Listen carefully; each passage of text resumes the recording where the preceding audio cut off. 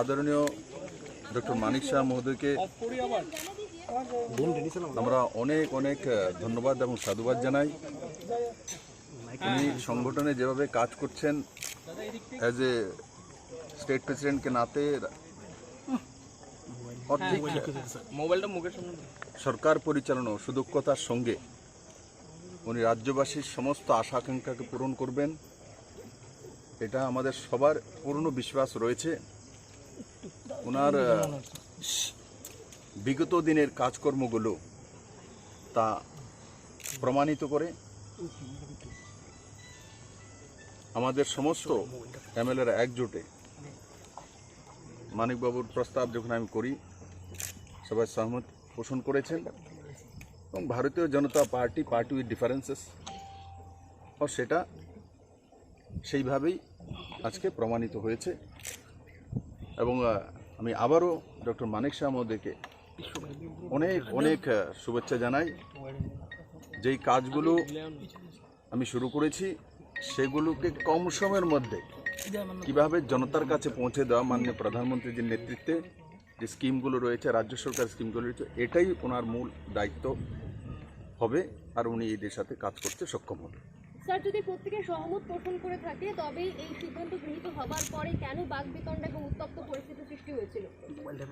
দেখুন, এই বিষয়ে কোনো সিদ্ধান্ত যখন নেওয়া হয় পার্টি সর্বোপরি, এক দুইজনের ব্যক্তিগত মত থাকতে ব্যক্তিগত মতের সেখানে জায়গা নেই, জায়গা পার্টি, যেটা বললাম বিজেপি পার্টি উইথ ডিফারেন্সেস। তো সেই জায়গাতে পার্টি সর্বোপরি, সংগঠন সর্বোপরি। বিপ্লব দেব আছে, সংগঠন আছে বলে, তো সংগঠন সর্বোপরি। ইক্কা দুক্কা এই ধরনের নিজের বিষয় রাখতেই পারে, তো সেই বিষয়ে ভারতীয় জনতা পার্টি এবং সংগঠন তাকে কিভাবে সংযত করতে হয়, কিভাবে কাজ করতে আমরা জানি। নতুন মন্ত্রিসভা কবে শপথ নেবে? নতুন মন্ত্রিসভা কালকে শপথ নেবে,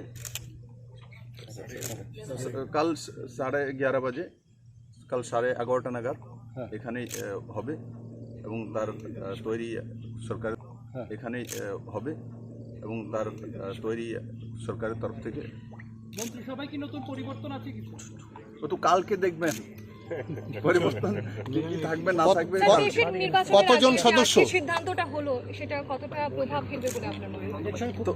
23-এর নির্বাচনকে সামনে রেখা যখন আমি সংগঠনে কাজ করার সুযোগ পেয়েছি, তো 18তে যখন সরকার এসছে তো 23এও সরকার আসবে। কার্যকর্তাদের প্রতি কি বার্তা থাকবে আপনার? কার্যকর্তার প্রতি আমার এটাই বার্তা দেবে, পুরো ঊর্জার সঙ্গে নামো।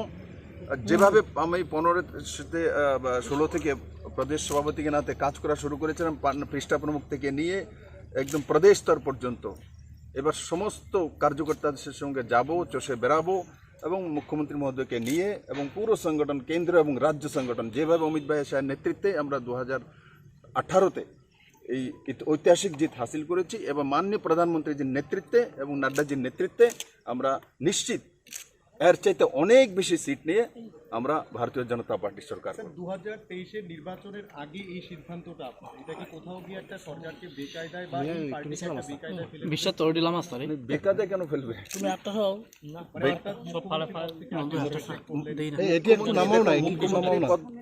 আমার কাছে আমার বড় বিষয় হচ্ছে সংগঠন, অর্গানাইজেশন। তো সংগঠন থাকলে আমি কোনো গ্যাজেটেড অফিসার নই, ব্যুরোক্রেট। সংগঠন থাকলেই সরকার থাকবে, সরকার থাকলে বিপ্লব দা থাকবে এমন নয়, সরকার বানানোর জন্য অর্গানাইজেশন চাই।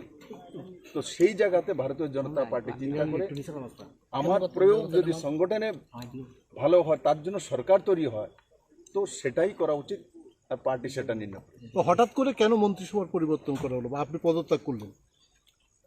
বিজেপিতে যখন হয় এমনভাবেই হয়, অন্য দলের মধ্যে ঢাকঢোল পিটা হয়, সব কিছু জানা হয়। বিজেপিতে দেখবেন যখনই কোনো সিদ্ধান্ত হয় ও সার্বিকভাবে নির্ণয় হয়, আর এভাবেই হয়, এটা নতুন হয়। কেন্দ্রীয় নেতৃত্ব আপনার উপর আস্থা রাখতে পারছিলেন না, এই বিষয়টা কি কোথাও রয়েছে যার জন্য এই নির্দেশটা? কেন্দ্রীয় নেতৃত্বের আস্থা কি আপনার উপর ছিল না, বা আপনি অনেকটাই ভাবুক হয়ে পড়েছিলেন? দেখুন, ভাবুক তো ভাই, আমরা ভারতীয় জনতা পার্টির কার্যকর্তা, আমরা পারিবারিক লোক, ফ্যামিলিয়ার, আমরা কমিউনিস্ট পার্টির মতো মেকানিক্যাল নয়। তো স্বাভাবিকভাবে আমি যেই জায়গাটাতে কাজ করি সেই জায়গায় মমতা থাকে প্রত্যেকে। যদি আমি বলি যে না এটা মিথ্যে, এটা হয় না, তাহলে আমি লগন সে কাজ করি, লগন সে কাজ করেছি, সেটা প্রমাণিত করে। আমরা ভারতীয় ভাই, ইমোশনাল তো হবই, এর মধ্যে নতুন কিছু তো নেই। পরবর্তীতে আপনাকে আমরা কোন পদে দেখবো স্যার? পরবর্তীতে আপনাকে কোন পদে দেখবো? পরবর্তী সময়ে কি পদে দেখবে আর কি পদে কাজ করব, সেটা আমাদের রাষ্ট্রীয় অধ্যক্ষ শ্রী অমিত জেপি নাড্ডাজি তয় করবেন। নতুন মন্ত্রিসভা কতজন সদস্যের হবে? আপনি কি বিজেপি রাজ্য সভাপতি পদে ফিরে যাবেন কোনোভাবে?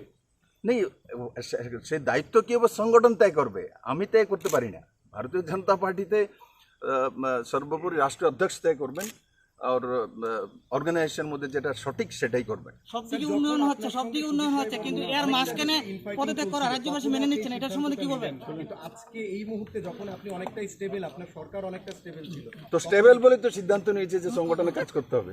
আনস্টেবল ছাড়বো তো কে রাখবে? আপনিই তো বলছেন এখন স্টেবল হয়ে গেছে। স্টেবল হওয়াতে, এখন স্টেবল যখন হয়ে গেছে, বিপ্লব দেবে ফিল্ডের দরকার আছে।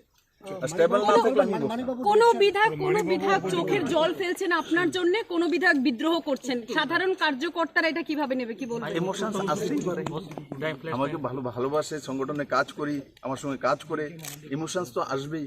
একটু বাদিকে এটা ভাই, আমি তো ইমোশনাল ক্যামেরা, তার জন্য এমন করে কার্যকর্তা আমাকে ভালোবাসে, চায় যে নেই ওই দৃষ্টিতে থাকুক, আলাদা আলাদা দৃষ্টি থাকে।